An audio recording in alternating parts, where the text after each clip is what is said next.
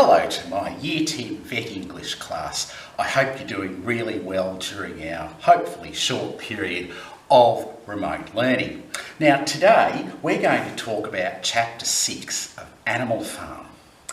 When we left Chapter 5, Snowball had been chased out by the dogs on Napoleon's orders. And Squealer cleverly convinced the animals that the windmill was really Napoleon's idea all along. The growling dogs made sure that nobody argued with the story. Napoleon is now the supreme authority. So let's get things going with the first paragraph from Chapter 6, now that Napoleon's authority is total. All that year, the animals worked like slaves, but they were happy in their work. They grudged no effort or sacrifice, well aware that everything they did was for the benefit of themselves and those of their kind who would come after them, not for a pack of idle, thieving human beings. Throughout the spring and summer, they worked a 60-hour week, and in August, Napoleon announced there would be work on Sunday as well. This work was strictly voluntary, but any animal who absented himself from it would have his ration reduced by half. So let's just contemplate that point for a minute. Ration reduced by half, even though it's voluntary, that's starting to look a bit like threats and coercion, isn't it? It's a tightening of Napoleon's control over what happens on the farm. He sets the animals to work on building that windmill, no matter what, with a determination, a toughness, and a ruthless resolution. Get on with it and build it. As the building progresses, Boxer, good old Boxer, the workhorse. Boxer symbolises the independent spirit still remaining in the animals. It's their revolution. It's their special farm. And Boxer's always keeping himself going, saying, I will work harder, and Napoleon is always right. Not questioning, always putting in, always a team player, always dependable. Shortages of material start to occur. They start running out of things like wire and paraffin wax. Napoleon announces that trade will take place with neighbouring farms. The pigs engage a local solicitor, a small-time lawyer basically, called Mr. Whymper, to help conduct the trade between Animal Farm and its neighbouring farms. The animals remained worried that one of the earliest rules of Animal Farm was that trade was banned. In fact, commandment number 1, what goes on 2 legs is bad, what goes on 4 legs is good. So isn't this a breach of the first commandment, and certainly a breach of what was agreed in the very early days of Animal Farm? Once again, the animals were conscious of a vague uneasiness. Never to have any dealings with human beings, never to engage in trade, never to make use of money. Had these not been among the earliest resolutions passed at that triumphant meeting after Jones was expelled?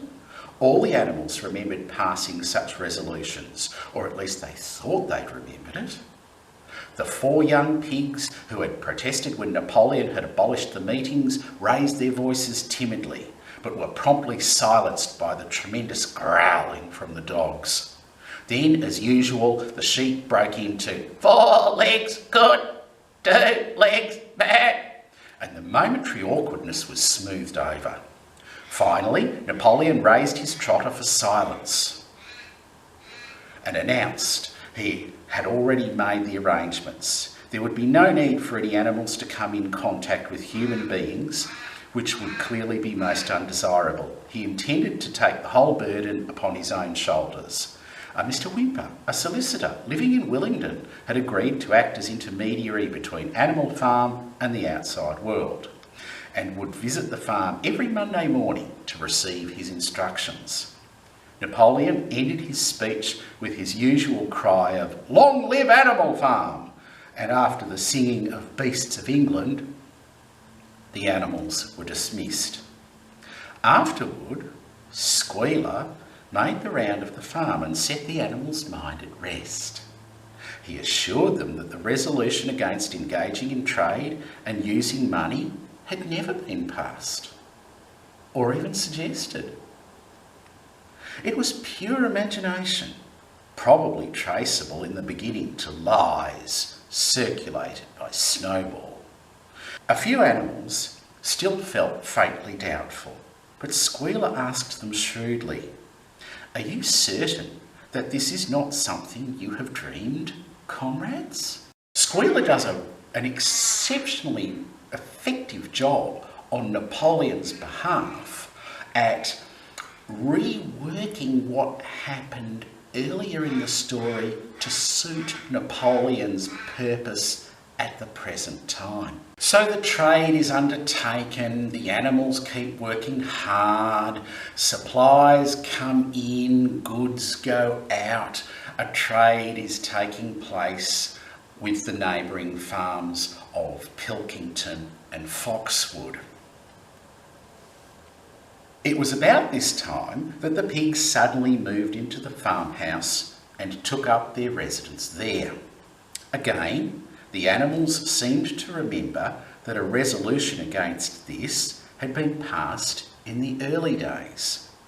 And again, Squealer was able to convince them that this was not the case. It was absolutely necessary, he said, that the pigs, who were the brains of the farm, should have a quiet place to work in. It was also more suited to the dignity of the leader, for of late he had taken to speaking of Napoleon under the title of leader. To live in a house than in a mere sty? Nevertheless, some of the animals were disturbed when they heard that the pigs not only took their meals in the kitchen and used the drawing room as a recreation room, but also slept in the beds. Boxer passed it off as usual with "Napoleon is always right."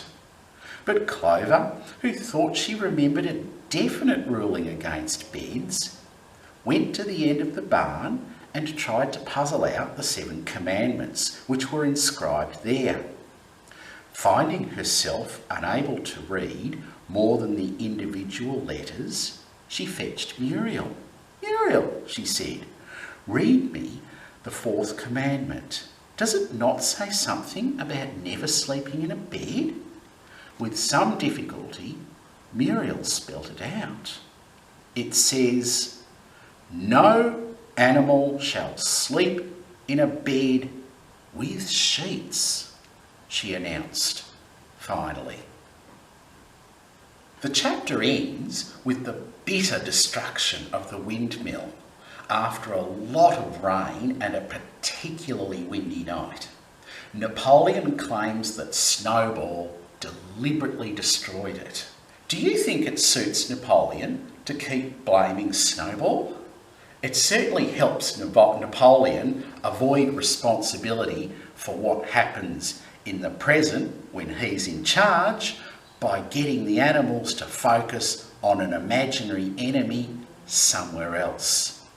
Let's see, going into chapter 7, what happens next